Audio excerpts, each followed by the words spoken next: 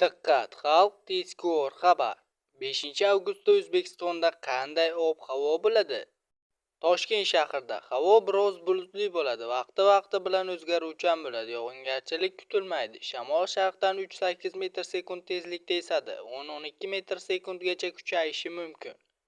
Ayrim joylarda chang to'zonlar bilan kuzatilishi mumkin. Harorat kechasi 21-23 daraja, kunduzi 33-35 daraja bo'ladi.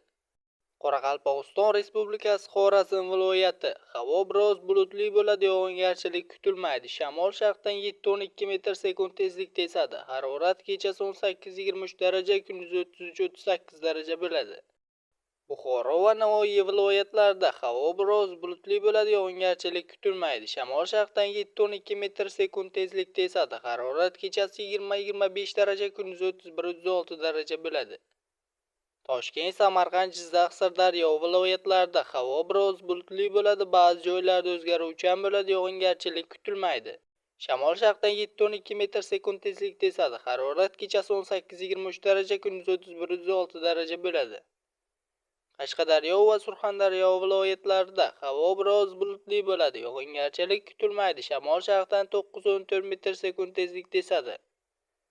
Harorat kechasi 20-25 daraja, kunduzi 33-38 daraja bo'ladi.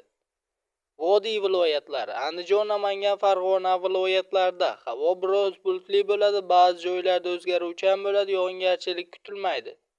Shamol sharqdan 5-10 metr sekund tezlikda esadi. Harorat kechasi 18-23, kunduzi 31-36 daraja bo'ladi.